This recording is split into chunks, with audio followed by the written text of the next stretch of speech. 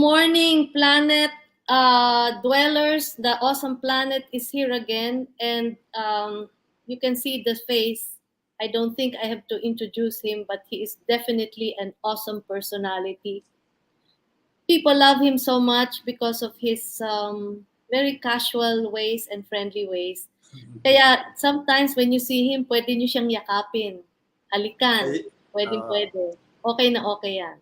Okay yan, Let me say, let me now say what I want. And si Sandy is somebody who is loving, lovable, a Christian, a sportsman, of course, you know, he's a TV personality. He's a total foodie. He's a good friend. And we will see also his footprints and the friends that he has had and he still has and who respect and love him until now. People, here is awesome Sandy Daza. Sandy! Hello, everyone. Good evening, good morning, good afternoon, wherever you are. Asaan ka ba ngayon? Canada, Hong Kong? I'm in Manila. I just got back from Japan. Oh, why? Food tour. I had a food tour. 7 days and 6 nights. And we had a grand time. And, I think everyone came home heavier, but happy. Really? And you do that as a part of the Foodprints or additional? No. You know what had happened kasi? Ang dream ko talaga was always to go to Japan. Kaya lang I always thought it was expensive, which it was. So I would always hope that a friend would somehow invite me so that I could experience the cuisine of Japan without having to shell out. Kasi mahal eh. Anyway, one day, Japanese government came to Manila and said, we want to promote unknown places of Japan. So they assigned my show to do 6 one-hour shows, complete with siguro mga 8 people accompanying me, bodyguards and all that. They told me where to eat, not necessarily the most expensive, but, you know, unknown, basta delicious food. And when that aired on TV, a lot of the viewers came to me and said, hey, I want to try the food that you ate in Japan. Galing. And then the travel agency of Japan, the biggest one, JTB, Japan Travel Bureau, came to me and said, sir, you want to lead our culinary tour? Sabi ko, of course. To me, that's a gift from heaven, definitely. So here I am, leading culinary tours, telling people where to eat. All the food that I recommend are very good, but it's not only very good, it has to be exceptional. So I keep on changing until I've perfected it. So every time a group goes, there's a different set of group of people anyway. So puro I go to the same places. Okay, pero ngayon pa lang, before we forget, how do they get in touch with you for that tour? And how often? Meron ka pa bang tour this year? Meron, marami pa. From now until December, I have 5 tours. Wow. 2, 3, 4, Fukuoka. We land in Fukuoka. We stay there for 2 days, take a bullet train to Hiroshima, 2 days, then bullet train to Osaka. And then December, Hiroshima Hokkaido naman yon sa north. O, paano nila i-contact ka para doon? Email me, sandydaza@yahoo.ca. Sige. And then I will forward your email to the agency and then they will communicate with you. I don't know who's going to join the tour. I just meet them on the day of the flight. Habang pinag-uusapan na natin yan, passport, visa, at saka yung vaccination? Yes, ang importante dyan, the agency will help you acquire the visa. Okay. That's assistance that they can extend. No? Tapos wala ka nang iisipin. Included in the package. By the way, I'm not the one who prices it. No? Basta ako taga-turo lang sa masarap kumain. The cost is about $3,000. Airfare, hotel, lahat ng food at saka transportation. Basta kakain lang tayo at saka shopping. Okay. How big is the group usually? It varies from 25 to 40. Wow! Ang laki! Kaya mong alagaan lahat yun. May kasama naman ako. I have a translator and then somebody from JTB comes with me also. In fact, I have a group first week of November, 70. So I have to bring my son to take care of the other bus. Tapos palitan na lang kami. Okay. Alam mo, Nance, but it's not work to me. Masaya kasi you have to remember, one thing we have in common is everyone's a foodie. Yep. Hindi. At saka dream mo yun eh. At saka hanggang ngayon, kaya mo pa. Until how old will you be? Alam mo, kasama ko this last tour was Boy Camara and Oh, his wife. yeah. Kasama ko si Boy. Tapos si Atoy ko, kasama ko. Lakas kumain ni Atoy ko. My gosh. Saya-saya namin. Saya-saya namin. Yeah. Oh, all right. Okay, medyo we went a little forward. Now let's go Okay. back muna. Ay, may na ano na, may idols po. Uy, kasali ako, idols, may Uy, S si... eh. Oo Martha nga. Reyes Malvar. Hi, Martha. Hello. Yeah. Yeah, anyway, backtrack muna tayo. So you Yeah. were under the shadow, of course, you and Nina and your other siblings were of course had a very famous foodie mom. Alam na Yes. natin yon. And from Mm. there, that became a channel for you to also be in front of the camera. From there, how did you establish now the Sandy Daza? Actually, yan, by accident. Yan, matagal na ako gusto palabasin ng mom ko sa TV. Ayoko kasi parang nahihiya ako. You know, one time, she had a guest na dentista. And I was thinking, my gosh, she's going to ask me to open my mouth in front of the camera. So, oh, ayoko talaga. And then one day, the secretary just came to me and Nina and said, your mom's leaving for Paris. She said, take care of the cooking show daw. So, so kami ni Nina, we took over the show and we were very nervous and we talked about it on TV. And how nervous we were, and it came out natural and we had fun and we had a very good feedback. In fact, when my mom came back, she heard about it, she tried to be funny, hindi naman siya. So, hindi rin nag-click. So, she went back to how she was. Now, from there, when I started doing the show, nakita ko, teka muna, sabi ko, there's money to be made here. So, yun, tinanggal ko nanay ko. Hindi. My mom was traveling also eh. So, yun, the takeover ko na. Then it's my sister Stella, me and Nina. Yun. And then nag-solo flight ka rin eh. Nag-solo flight ako kasi kinuha ko sa Del Monte Ceramics sa Itbulaga. Eh, grabe exposure doon, di ba? Grabe yung mga fan mail ko. Talagang tambiolo. Meron pa nangungutang para magtayo ng business. Ay, grabe talaga itong ano na to. It's funny. Paano yan? Anyway, marami ring mga chicks na humahabol sa'yo. Hindi ko na alam kung may humahabol sa akin kasi papatulak ko sila. Okay, after that, so, yun. Pataas na. Hindi, all the way ba? Paakyat ka? Alam mo, Nancy, hindi ko alam kasi kung umaakyat, ayabang ko kung sabihin ko, sikat na ako. I don't know. I really don't know. People have to tell me that. Hindi ko alam. Wait, you know what makes you sikat? It's because you're not showing people you are. Kaya ano ka? You know why? Next door, boy next door. No. Sa akin kasi, Nance, I always think, I always know that it's because God blessed me, not because ang galing ko. The moment you start thinking, ang galing ko, wala ka na sa akin. Siya mo yung Japan food to, saan lang gagaling yan, di ba? Gives you the desire of your heart. Tapos to me, the supposed work that I do is not work to me. Para ako naglalaro eh. In Japan food tour ko, naglalaro ako. Lahat na kasama ko, mahilig kumain, napapanood ako sa TV. Tapos, ano mo, nagiging magkakaibigan kami lahat. We all have fun. So sa akin, even my cooking shows, I love creating the recipes. Pag nakikita ko, nag-i-enjoy yung viewer, happy na ako. So sa akin, it's not work to me. To me, it's really 100% a blessing. Hindi, yun. Pero what was your first TV show ba? Cooking with the Dazas muna. Cooking with the Dazas, correct, yeah. Hindi, yung solo flight mo na. Del Monte Ceramics, tapos Cooking with Sandy. Nagkaroon ako ng show sa Vancouver, siguro 8 years. Cooking with Sandy. Yun. Wala rin nangyari. Bakit? Hindi kasi, ang dream ko ron, tatayo ko ng cooking show. Pag nakilala na ako, tatayo ko ng restaurant. Ayun, nagtayo ko ng restaurant, nalugi. Ako rin, ganyan nga yung problema ko. Tinatayo ko sarili ko. Ang hirap. Ang hirap, mahirap. Pero, so, okay. Fulfilling, yeah. Okay, so, you mentioned Canada. Ba't ka napunta ron?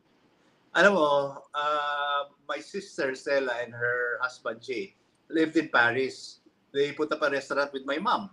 At that time, the economy in France wasn't that great anymore. So, they were on their way back to Manila, and my other sister Marie said, Stels, imbis na umuwi ka sa Manila, why don't you try Canada? So, they applied in Canada.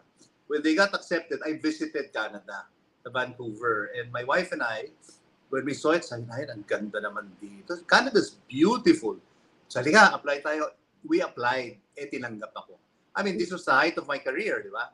So when we applied, we got accepted. We lived there for 10 years. On the third year, first year talagang, wow, sarap dito, lahat. On the third year, I realized, teka muna, ang hirap dito ah. Ikaw lahat di ba? Ha? Ikaw lahat. Oo nga. And then, on the 10th year, on the 8th year, I punta pa restaurant. Yun nga, may cooking show na ako. Ano Sa restaurant, pangalan? Sandy's Cuisine. Okay. Weekends, malakas ako. Weekdays, I was dead. I had a lousy location. So, sabi ko, hirap na hirap ako. Nalulugi pa ako. I was the waiter. Ako namamalengke. Ako cashier. Ako lahat. And then, I said, finally, I'll just sell this. And then, I told my kids, let's have a look in Manila. I mean, sa Manila, boss tayo di ba? Bukan natin. So, when I brought my family back, I told my niece, si Belle, sabi ko, Belle, show Franco, my eldest boy, show him a good time. So, pinakilala siya sa mga friends ni Belle. Hindi mo muna kung sino si Isabel para alam ng mga viewers. Isabel is the daughter of my late brother, Bong. So, anak ni Gloria Diaz din yan. So, yung mga friends na medyo kilala.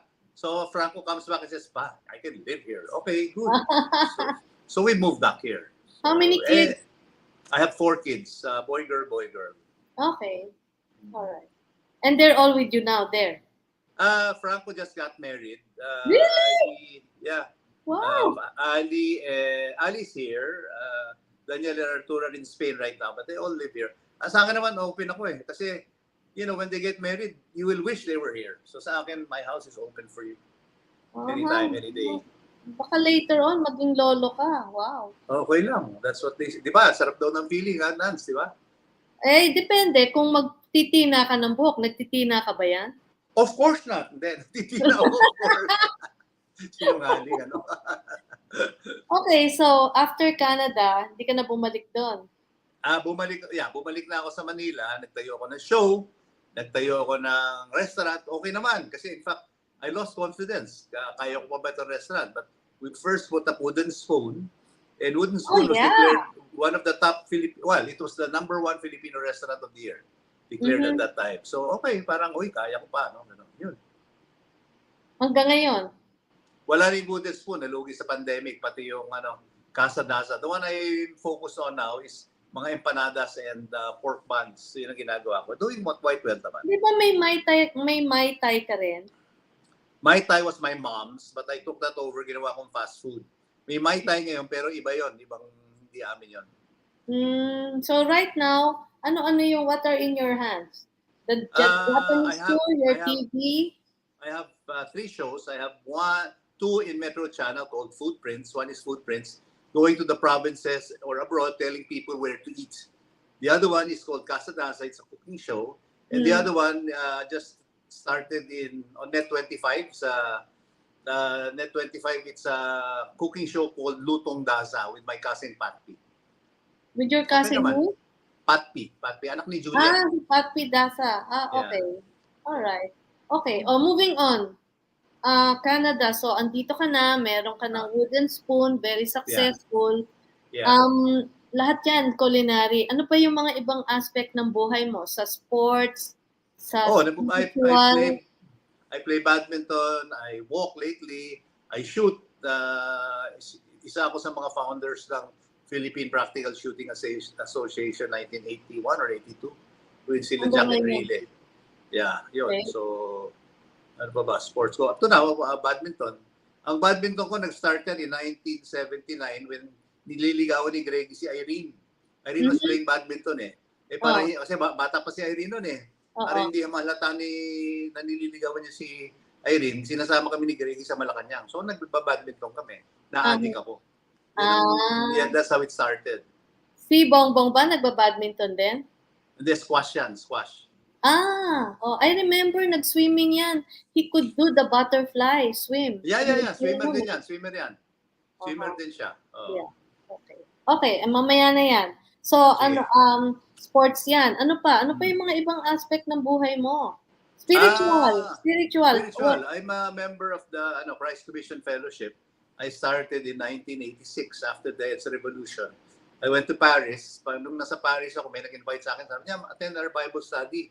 20 minutes a week lang. So, nag-attend ako. Sabi ko, okay po So, when I came back from Paris, I searched and I found CCF. Gusto ko yung teaching sa CCF kasi it's very Bible-based. Sa akin, miski gano'ng kagaling magsalita, kung hindi mo pakita sa Bible, hindi ako maniniwala. Yun ang attitude ko. So, What yun. made you go into being a Christian? I was just very curious eh.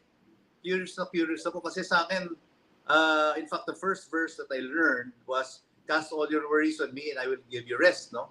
Yep. Eh, at that time, nawawala na akong pera eh. Sa Paris ako. And then the next day, tumawag sa akin yung nagre-rent sa apartment namin sa Paris. Sabi niya, your mom told me to call you to tell you to give the rent to you. Sabi ko, answered prayer ah. So I look forward to going back to that Bible study. So, yun ang start. Hanggang ngayon? Hanggang ngayon. Magaling. Alam mo, Lance, madaling maligaw eh. There's so much temptation out there. Madaling maligaw. My God. Diba? So, yep. It's a struggle between worldly wealth and spiritual. Diba? So, do you feel your feet are still on the ground? Alam mo, if I lose my temper, mainit ang ulo ko, I know manluwalayo ako sa Diyos. Sigurado yan. Well, I always remind myself, whatever you have, whatever you've done, it's because God blessed you, not because magaling ka. What makes you lose your temper? Sometimes, pag wala ka masyadong, you're not doing quiet time. Di ba? Pag kinat ka sa kotse, walang yan to ah. Pumapasok yung fried chicken ka agad, di ba? Okay. Things like those. Okay. Safe driver ka naman. Oh yeah. Alam mo sa akin, basta may aircon lang kotse ko, tsaka may sounds, sold na ako. Miski saan mo ko dalhin. In fact, during the pandemic, I went to La Ia, Batangas, to pick up 60 kilos of longganisa alone, 3.5 hours. Pagdating doon, wala pa kami 5 minutes, binayaran ko longganisa, sinaksak sa sasakyan ko, drove back. Okay. Alone. Yun ang simple choice ko. Alright. Okay. So ngayon, ano ngayon ang like what's a day like to you? Na hindi ka meron ka pa bang time na you're not in front of the camera? Oh yeah, I do.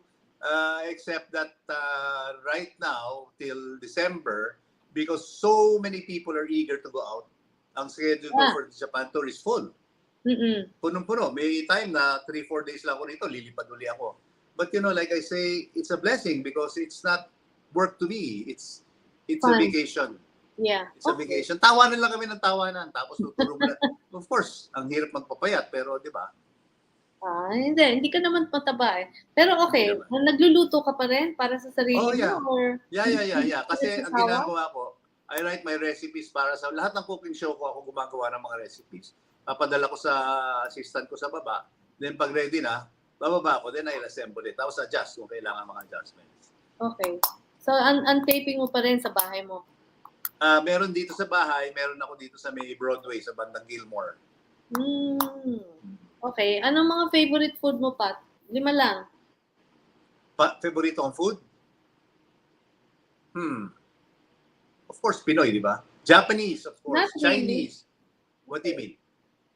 That doesn't have to be walang nationality. Kahit ano. Ako basta adobo. Adobo, sigurado nandun. Diba? Yung tuyong adobo na tinatalbog mo sa kanin. Yeah. Na sinasabi mo, pag uminom ka ng Coke, nagkakaroon ng kanaduan. Nagkakaluha. Doon na, dumidikit yung yelo sa ilong mo eh. Tapos luluha ka. Diba? ang masakit yan, yung natansya mo yung isang lunok, tapos may makikiinom, bitin ka, diba? Tumataas yung boses mo. Pambira ka naman. Tinansya ko to eh. Wait a minute. Before that, hi, Chef Sandy. Si Henry. Henry. Bro, Henry! Really miss the food and spoon. My whole family loved every dish in your menu. Balik po kayo dito sa Tagaytay naman po. Henry, baka mamaya si Sandy lang bigyan mo ng lechon. Lagot ka sa akin. Kasama ko. Kahit put lang ng lechon, okay na. Hindi, magbubukas uli ako with all my recipes. Akin recipes lahat yun.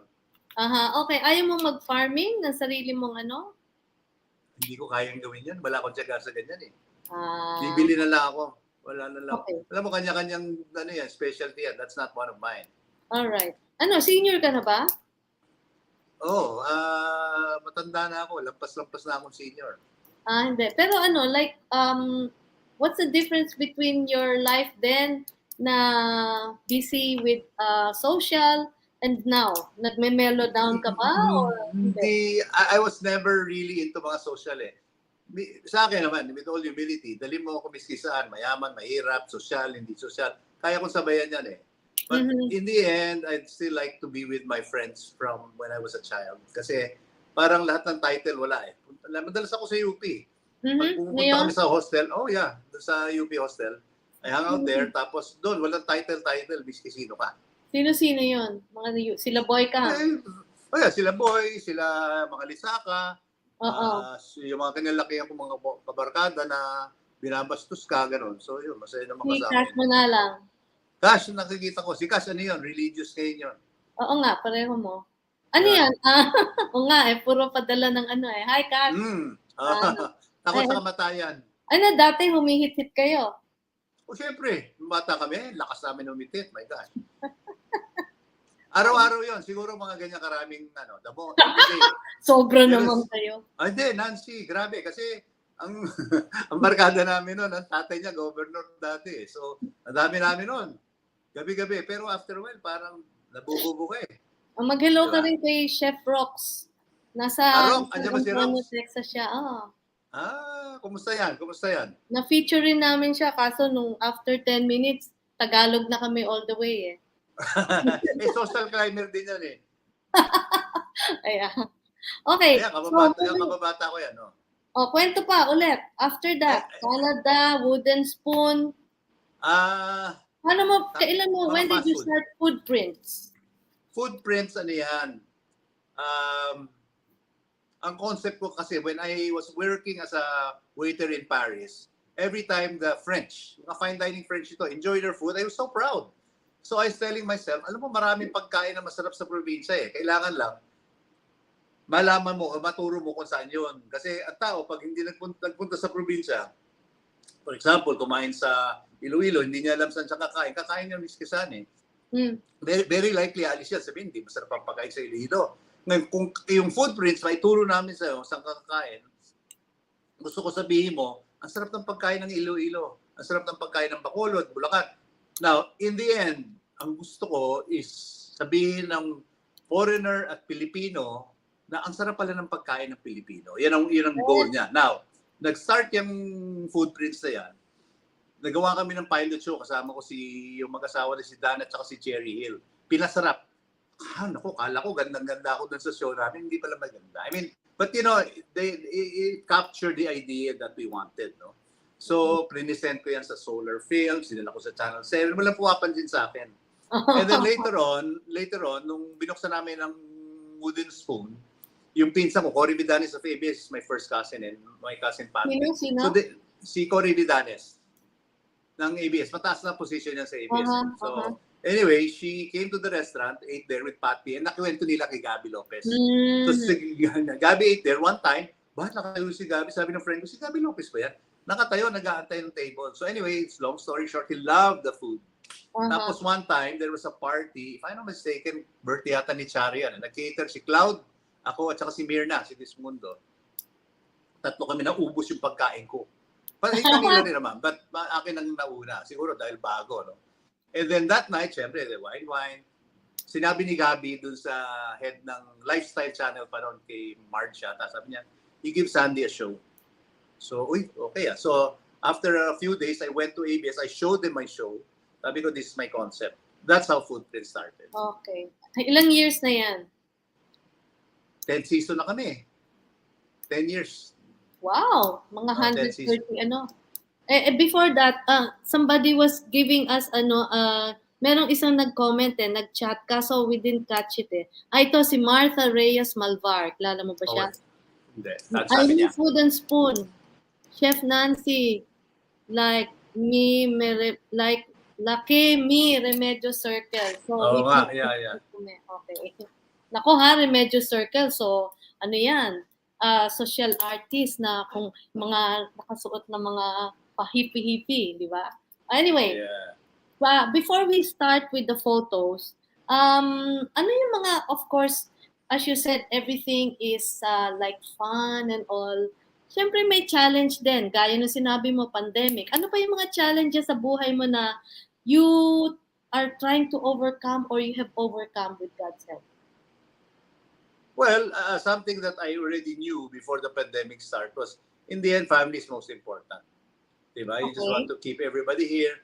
You know, when they were here, every night nagluluto. I would be the one to cook. So ako, meron kaming Spanish night, meron kaming Japanese, Chinese, lahat. Ako nagluluto lahat. Tsaka restaurant standard ang inaano ko. So it became it became an exciting exciting adventure for me to surprise my kids with food. So enjoy na enjoy kami lahat.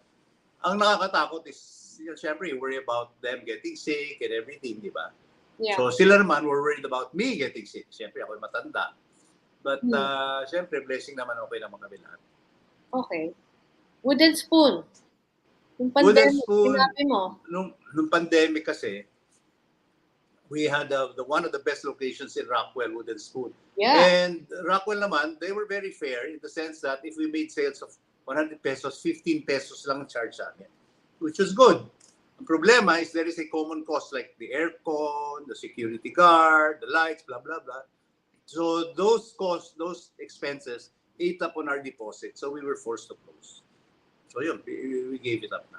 How does it feel when you're forced to close na marami ka pang tatapusin ng mga ends na dapat may mga babayaran, Isa sa pinaka-hassle yun kasi when you close, nobody likes change, and that's going to be a major change in your life. Tapos all the equipment that you have, halos wala na yan. Ang hirap ibenta niyan. Halos giveaway na lang yan eh. And then you're hoping that whoever takes over the space will buy the equipment, which they won't. So yun. Okay. And pandemic yan. Eh ikaw, what about you? Physically, okay ka during the Oh yeah, well, I had the challenge, a person my age, nagkaroon ako ng prostate cancer, which was scary. But, the blessing again is I was going to go for treatment here, radiation. Then a friend calls me and says, pare, the Sultan of Brunei, maraming cancer sa family niya, according to him.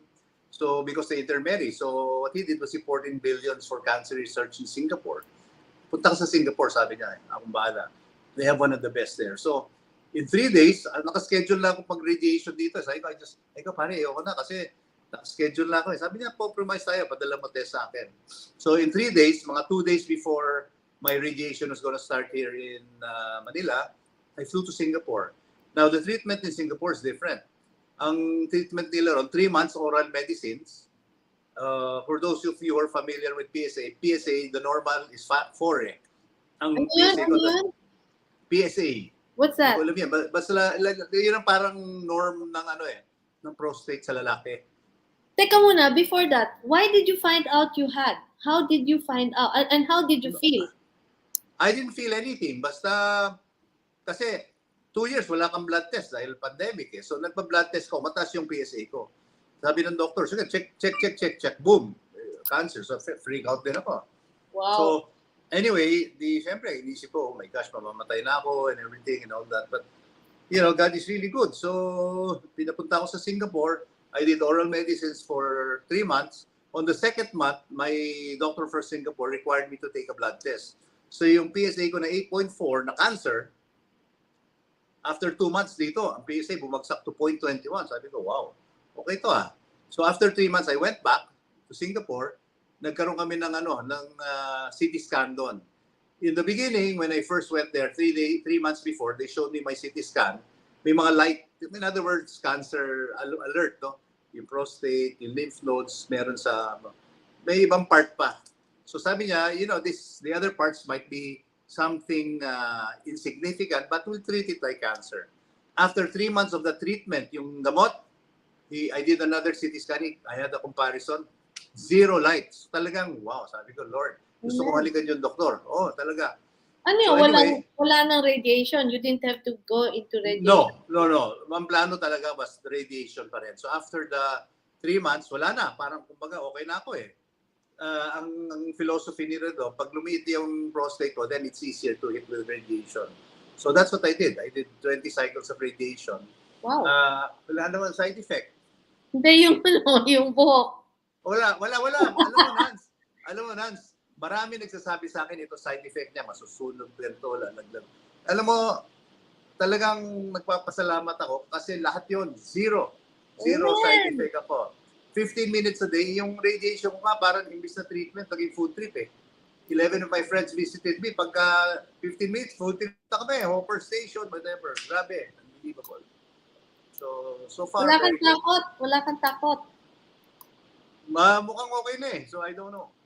No, I mean, when you first heard about it, wala kang takot.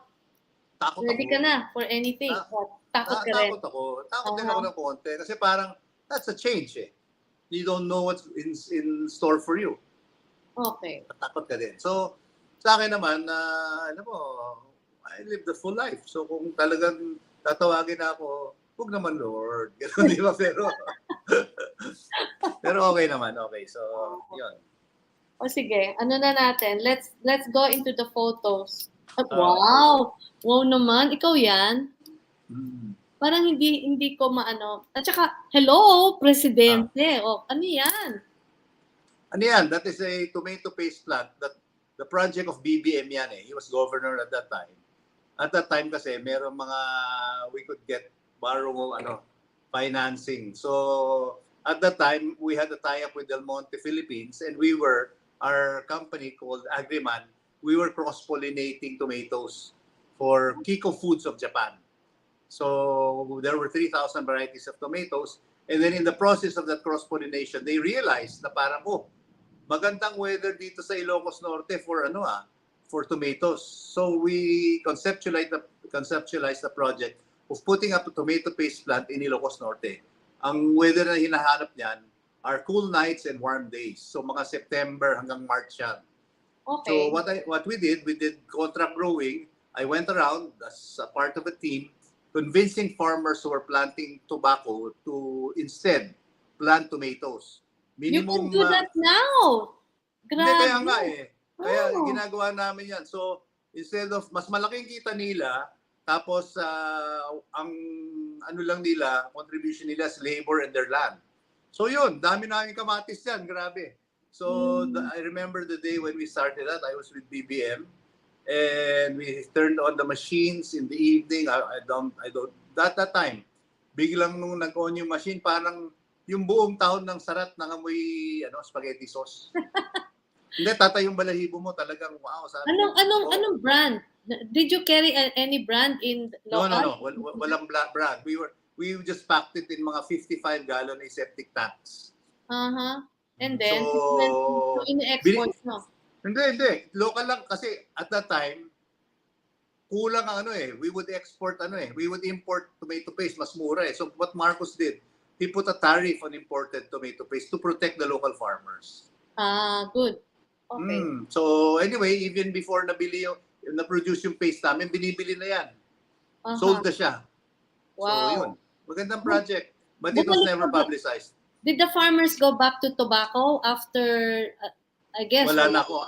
I'm not in touch with them anymore, so I don't know. Okay. Anyway, okay, so what happened there after that? Well, 86 revolution happened. So pinuha sa amin yung tomato paste. So anything that ng gobyerno ni bagong gobyerno ni Cory. So sa akin naman parang anything that had to do with Marcos, they never published. Because to me, when I talk about a successful business or a successful government project, this was it. So you were considered a crony. So inano ka rin? Yes, may charge nga ako eh. Unexplained poverty. Wala naman ako kinita dyan eh. Wala kaya, di ba? Yeah. Okay. Sige, Mr. sino to? Ikaw ba yan? Nasa harap ng dorm namin sa Cornell. Ithaca New York. Etong classmate ko, si Credo Sinyangwe. He's from Tanzania. You're still in touch with him? Yes. In fact, we're going to have a reunion in December sa Saigon. How nice. Okay, ilang taong kanya nun? Yan, 22 ako. 22, 23. Nag-aaral ka naman talaga? Pumasa ko eh. Alam mo, doon ko na-realize na hindi naman pala ako bobo eh. Kailangan lang magtsaga ka. I just had a plan. So every night, after my dinner, diretso lang ako sa library. Nag-aaral talaga ako. Ayun, nakagraduate. So, ano yan? 4-year course? You finished 4 It's years? a 4-year course, but because I had courses that I had taken from UP at saka American College in Paris, I took it in 2.5 years. Alright. Very good. Next, please. Si Anton ang nag-aano ng pictures na. Sino Uh, to? Kayo rin yun. Then, ito, swimming team. I used to be a member of the swimming team of UP. In fact, I was a Philippine champion sa age group ko, 13 to 14. Saan Ako ka may hawak dyan? na. Itong nakatayo sa likod, third from the right. Ito? Pinakamatangkad. Pinakamatangkad. Ikaw to? Mukhang tisoy ito ah. Si Barok yung nasa harap ko. Saan? Si Chef Rock sa inyo malaki katawan, yung mukhang bading.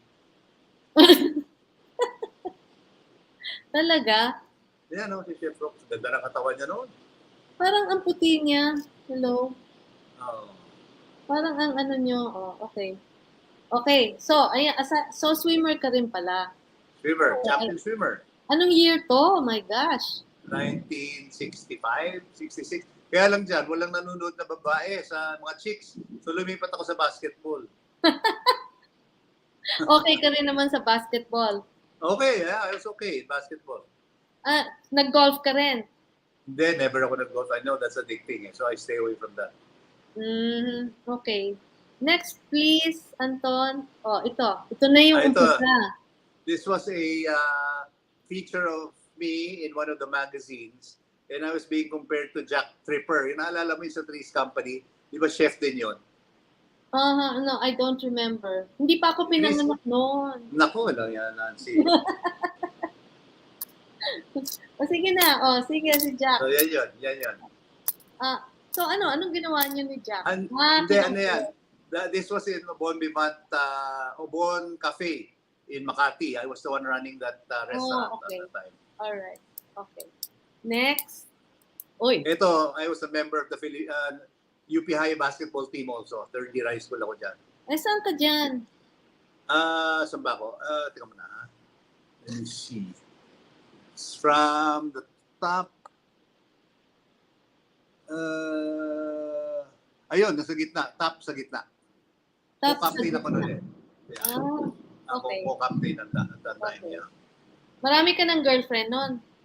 Wala, isa lang girlfriend ko, si Jean. Sino? Si Jean. Jean Altabas. Saan na yun? Ano yun? Andyan, kaibigan ko pa naman si Jean. Talaga? How nice. That's nice. Okay. So nag-UP ka rin pala. Akala ko... UP, pero hindi na ako nag-fourth year dahil nakik-out ako eh. Ang UP High, ang hindi nila alam, kinuha ko yan in 3 years. Bakit? Third year, nakik-out ako eh. Bakit? Bagsak ako 2 subject. So lumipat ako sa St. Martin Technical Institute. And then? St. Martin Technical Institute, yun yung eskwelahan ng mga kick-out yan eh. Lahat ng mga, basta may pambayad ka ng matrikula, pasok ka. So anyway, we were third year high school. Ang sectioning namin, dahil walang academic basis, dahil kick-out kami lahat eh. Sectioning namin by height.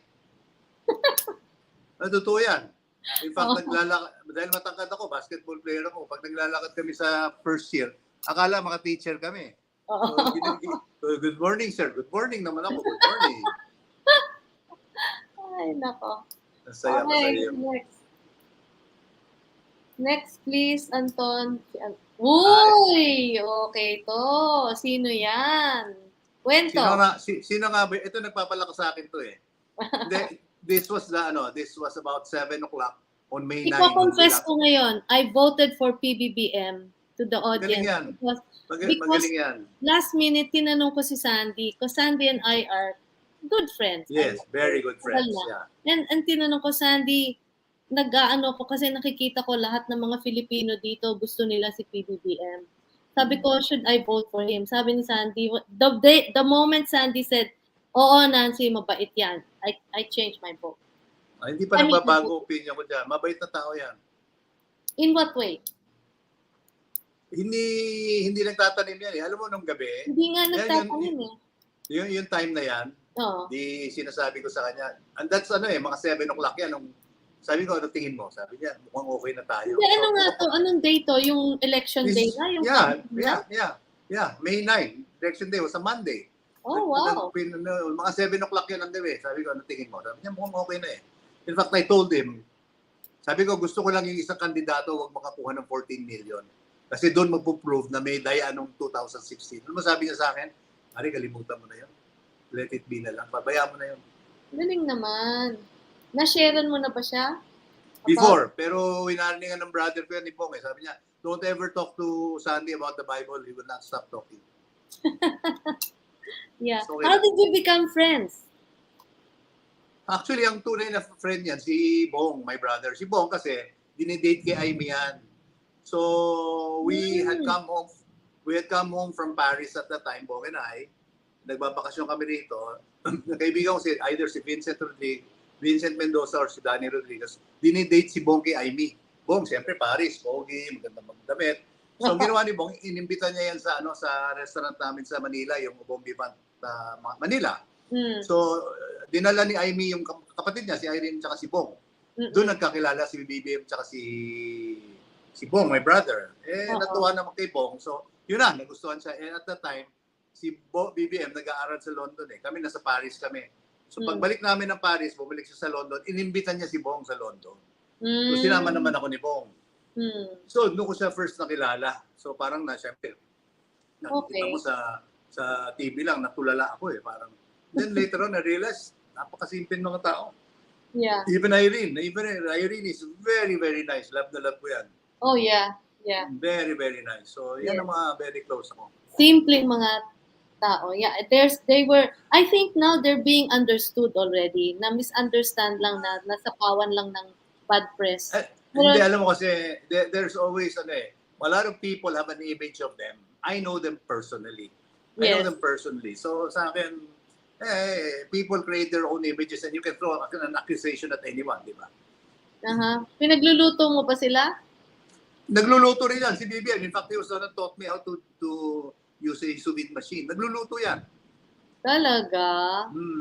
Sana may panahon pa rin siya until now, no? I think on Sundays, he probably does for his family. Yeah. Well, si Lisa, does she cook? Si Lisa, I don't think so. Kasi si Bong ang gusto magluto eh. Ang domain ni Bong yung kusina. Lisa, I don't think so. Okay. Anyway, no, I wanted to say kasi nung time na nung elections, nung campaign, tapos nung nananalo na yata siya, parang yung wooden spoon mo, parang napapasa ko sa mga text na may mga binabash. Yeah, binabash. So how did you approach that? Paano Alam mo kasi, you know what had happened there? At that time, emotions were very high. May nabasa ako isang post, which I thought sound very interesting. So ginawa ko, kinopy-paste ko. And when I copy-pasted it, it didn't say who the author was. So kala nila ako, dami nagalit sa akin. Ng mga, of course, sila Lenny, na parang i-boycott natin si Sandy, yung empanada niya, hindi naman masarap yung pagkain niya, huwag natin panoodin yung show, gano'n. Sabi, fine. Kung yun ang gusto mo, di ba? Wala naman na may milit sa'yo eh. Ganun ka-personal eh. Pati yung mga friends ko na talaga nagkakaasara kami. Kapatid ko, Lenny yan eh. Pero okay lang. Yun ang trip mo eh, di ba? But you know, we all have our own perceptions of things. So, yun. Yeah. Pero totoo ba you were trying though to remove the wooden spoon insignia sa takot? Sa restaurant mo? Definitely not. No, definitely not.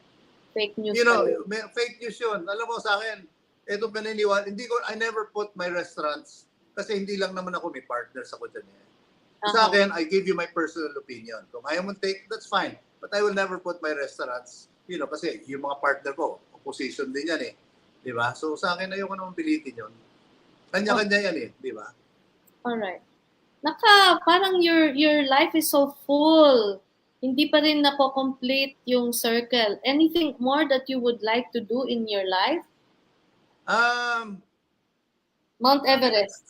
Hindi na yan. Wag na yan. Hindi ko na kaya. Teka muna, I wanted to share something pala. 1978, September 14, si BBM, ako, Reggie Araneta, Philip Cunha, and Bambi Revilla, we boarded the plane from Ilocos Norte. That is the story I want people to say, to hear. Good. Sige. Alam mo, 1978, September 14, nagpunta kami sa Ilocos, birthday ni BBM, September 13 eh. September 14, we were on the way back to Manila. Nagla-lunch kami sa Curimao. Pagdating namin ng airport, dalawang airplano eh. To make off ng dalawang airplano, ang instruction ni President Marcos was for BBM to ride the other plane where Amy was. When we got to the airport, late kami, nakita ko yung airplane ni Amy, take off na. So sabi ni BBM, we sat down on the chair in the plane nung isa. Sabi niya, pare, pupunta rin naman tayo sa same place. Let's just here, stay here. Wala namang pagbabago yan. But Bong Security radioed Marcos. And Marcos said, no, send the other plane back. At that time, 5 kami, our friends, we were planning a party for Irene. 16 ang birthday ni Irene. Amy was planning a party for Irene also. So we were going to combine the party. So I told BBM, pare, wag na natin kausapin yan si Amy, masungit yan, syempre. Hindi, wala yan. Sabi niya, sandali lang yan. So long story short, last minute, bumalik yung plane ni Amy, nakatransfer kami 5. Yung isang plane nag-crash. So, a lot of my friends passed away that day. Sino-sino yun? Who passed away? Benji Quintong, Boy Ugtong, Buddy Roa survived. Roland Umali, sino pa ba? Si Butch Palanca and another guy. Butch Palanca? Yeah, Butch Palanca died in that crash. Wow. 5 yung mga friends ko. So, there we were having lunch at 2 p.m. in the afternoon. 6 p.m. we were watching them in the parang lands in the ponds in Parañaque. Binubuhat na. Oy, si patay. Binubuhat na. Patay na yung mga friends namin. So, sabi ko, oh my, talagang ibang klase. So, what did you think of that? I mean, si BBM, anong inisip niya? Well, the first thing that came to mind was when nagtingin na kami nila Greggy, talagang kabuntik na tayo. You know, I remember that time kasi when we landed in Manila, we left Ilocos, ang ganda ng weather. Pagdating namin ng Manila, pagsilip ko sa bintana, ang layo namin sa runway. So the plane went up and we went around Laguna de Bay. So, mga 20 minutes. Naalala ko yung, dalawang tangke ng Shell ba yun? So, iniisip ko na, sabi ko, baka isang butahe ito, 21 years old si BBM at that time. So, sabi ko, baka ito na, ika-crash yung plane, whatever. So, anyway, we landed. Diretso kami sa restaurant namin sa Makati. Nagmerienda kami doon, then straight to our friend's house kay Bambi Revilla.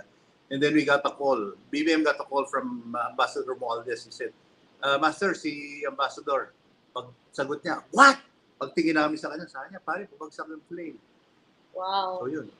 Ginuhit ng tadhana kayo. Ginuhit ng tadhana. You know, I never felt so sad si Marcos was talagang firm, talagang leader talaga si Marcos. You look at the bodies at that time, sabi ko, grabe ko si Wow. Ibang klase. And Bong was 21 years old. He had to visit and tell the parents of his best friend, si Jun Camilon, na namatay yung son nila. Oh my gosh. Yeah. He drove to Cubao, I remember. 21 years old. Encouraged siya. Grabe, sabi ko, galing din. How close was Bong Daza to PBBM? Very close. Alam mo, when Bong, my brother kasi had a heart attack Oo, I remember. Hindi sila nag-uusap yan Nagkatampuan yung dalawang yan Dahil? So, when Bong was in a coma for 2 weeks, BBM was there every single day. Every single day. Tapos ako, hindi rin ako umahagulgol, pero nung umagulgol yan, pareho kaming umagulgol. Paano nung namatay na si Bong? Magulgol yan, si BBM. Talaga? Magulgol talaga, yeah. Yeah. In fact, nung inauguration, there was a chair left there for him. Yeah. Malapit yung dalawa. Ikaw, were you in the inauguration? I was there, yeah.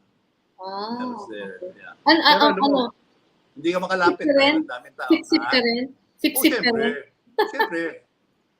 Ang pakiusap ko nga sa kanya, 2 weeks lang ako sa customs Joke lang ho yan, ha? Joke talaga yan. Baka may mga tikon dyan. Biro lang yan. Anyway, malapit na tayo sa tail end. Hindi pa. Tapusin pa yung mga pictures. Okay, the lovely Nora. I love you, Nora. Okay. Yeah. Yan ang mother ko, si Nora Daza. Hindi ko kapatid yan, ha? Next, please. Ayan na naman ng classmates mo. Ito yung katabi ko sa left side ko. That's Big Mac Villasawa. He's a prince from Fiji. He was the star player ng rugby ng Cornell University. Best friend ko yan. Yeah, best friend ko. Okay. Next, please. Ito naman si Bobet Di Malanta from the Philippines. Tapos si Credo Singyanggo yun. So, that was inside my dorm. Okay. Okay. Ito, my siblings, my brother Bong, yung late Bong, yung naka-white. Me, my sister Mariles, Stella, Inina, and then my mom. Anong year to?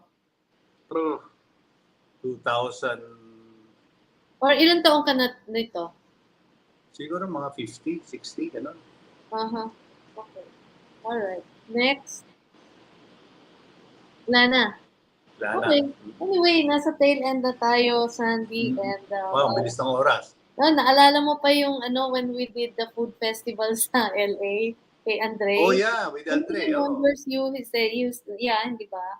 So, sana maulit, di ba? Yeah, Andre, are you watching? I hope so, yeah. So anyway, we have spanned, we both spanned 2 generations na eh. Yes. Ngayon, yung mga, your kids are what? 20s, meron ng 20, merong 30 na. Dalawa na 30 ko. meron nang nag-asawa pa, baka maging ano ka pa, di ba? Good. I look forward to that. Yeah. So, how would you inspire? Give them an inspiration na to live the way you do. Kasi some people think na kailangan famous, wow, kaibigan ni PBBM o yung ganito magaling sa lahat. Pogi, di ba? Ano ba talaga? What's the secret of being happy in what you do and in being successful in your work and maybe even landing a TV show? Sa akin, number 1, stay close to God. And He will give you the desires of your heart. Yes. So sa akin, I can say with confidence that I've never worked a day in my life because of how I enjoy what I do. Enjoy na enjoy ako. Hindi trabaho sa akin to eh. And it's not because I'm talented, magaling ako, what have you. It's because God decided to bless me. I'm not perfect. Ang dami ko pa rin kalokohan at mga shortcomings. But, as long as you know saan ka hihingi ng tawad, sa i-restore yung spiritual life mo, I think you'll be fine. In the end, kasi what's important is inner peace. Okay. And that's the only, that you can get from staying or having a good relationship with God. Okay. Read the Bible, very important. All right. What about your love life? 0. Hindi, I have friends. Meron akong dinedate. Pero nasa abroad. Okay nga yung Yun. nasa abroad, mas maganda yung di ba? Yung missing you. Yeah, sometimes, pero hindi. Pero wala ako. Single ako ngayon. Talaga. Okay. Open door. Open door. So, ang cheap mo talaga. Then, yung hinahanap ko nga, di ba, mayaman, matanda, umuubo, at saka naka-wheelchair. Loko mo mamaya, meron ganyan. Sige ka. Bucket list. Joke lang yun, ha? Joke lang po yun. Alam niyo si Joke. Sandy, what he forgot to say was, aside from his closeness to God and being guided, may sense of humor yan eh. Kasi ang dami na niyang dinaanan eh. Kala lang natin mga puro comics lang at hindi. Marami rin dinaanan si Sandy, but he's always taken the positive side, di ba, Sandy? Yeah. Sa akin ganun eh. Kasi ano pa gagawa mo? Di ba wala ka naman choice. Magmumukmo ka lang. Yeah. So sa akin, Did you get that from your mom or your dad? Or kanino ka Well, I think more of my dad. My dad, very practical yan eh. Cool na tao yan eh. My mom, panic baby yun eh. So sa akin, parang wala ka namang magagawa eh. Ano pa magagawa mo? Kunyari, may nabasag na ganito ng mga anak ko. Hindi ako nagagalit kasi material thing. Hindi naman niya sinadya eh. I always look at the brighter side of things. Let's put it that way. Favorite ka ba ng mom mo? No, ang favorite ng... Kaya ako naging insecure dahil favorite niya si Bong eh. Tsaka may sister. Sinong sister? Si Mariles. Oh, okay. Favorite niya si Bong. Kaya kayo ni Nina ang talagang pursigido Okay. Hindi naman. Bucket list. Bucket list. I want my children to experience the joy that I had when I was in Paris. Ano yan eh, ang hirap i-compare nun. So paano? How would you do that? Ay, pag-iipunan ko. Dadali ko sila sa Europe one time. Ay, when we lived in Paris, ang sarap ng buhay namin. Kabisado ko yung Paris eh. So, until now? Until now. Would you live there? Would you find okay. No, it's nice to visit. Pero, alam mo, anywhere you go, if you're not working, you'll get bored. Yeah, of course. Yeah. Hanggang ilan taong ka mag-work? Alam mo, I cannot see myself retiring because mabubura ko eh. At saka like I say, I'm not working. I'm just having fun. That's good. Okay, yun lang ang bucket list mo, yung Paris, for your kids, for yourself. Sa akin, I just want to see my grandkids. Ano yun, motherhood, ano yan motherhood statement. Yung ano mo, yung specific. Gusto mo bang isa pang cookbook? Di ba may ilan na yung cookbook mo? Ade, marami na ako mga recipes that I've written for Lutong Daza at saka Casa Daza. I've compiled all of them. I can just put it in a cookbook. Dami na nun. Okay. Alright. So, last words to your fans and to your viewers, Sandy. Well, keep on cooking, and for those who have never experienced cooking in your life, start with a good, simple, confidence-building recipe. Kaya-kaya mo yan. We always say that. Like what? What's a good dish na to start with? Simple dishes. Napaka-simpleng dishes. Tatlong ingredients. Isang tasang toyo, isang tasang asukal, 2 kilong spare ribs. Bake mo. Yun na. Actually, ako dito sa Houston, ang tinuturo ko, ano lang, toyo, suka, oyster sauce, bawang, yung pang adobo. That's it. Adobo. Yeah. Oh, sarap nun. Nila. At saka walang recipe, ratio ang akin. Yeah. Galing. Yeah. Sarap ng pagkain din dito eh. I'm sure. Any more plans for the next? I have 2 minutes with you. Any more plans for the next? Well, we're in in discussion of putting up a restaurant. Again, hindi ka pa ba nagsawa? Hindi, basta sabi ko hindi na ako mismo, basta akin lang yung recipe, kayo na mag-set up. So mukhang so far okay naman. So we'll see. Okay, Manila. Alright. Okay. Say hello to your fans and I will. Something. Well, thank you for watching and join my food tour. Ay, oo nga pala. So again, pakiulit yung yung address, email address is sandydaza at yahoo.ca as in Canada. CA, okay. Yeah. At yahoo.com.ca. No, not no.com. Okay. At yahoo.ca lang. Okay, so SANDYDAZA at yahoo.ca. That's it, yeah. Okay. Sige, Sandy. Thank you very much. Thank you, Nancy. To the audience of Awesome Live, we have just met and gotten deep into up close and personal with a very, very fine gentleman, sportsman, Christian, father, friend, and foodie, Sandy Daza. He's awesome.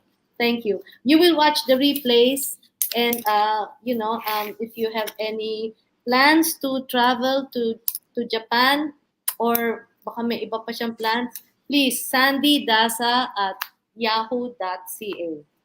God bless you, Sandy. Thank you. Bye, Nance. Bye, Anton. Bye. Okay. Bye.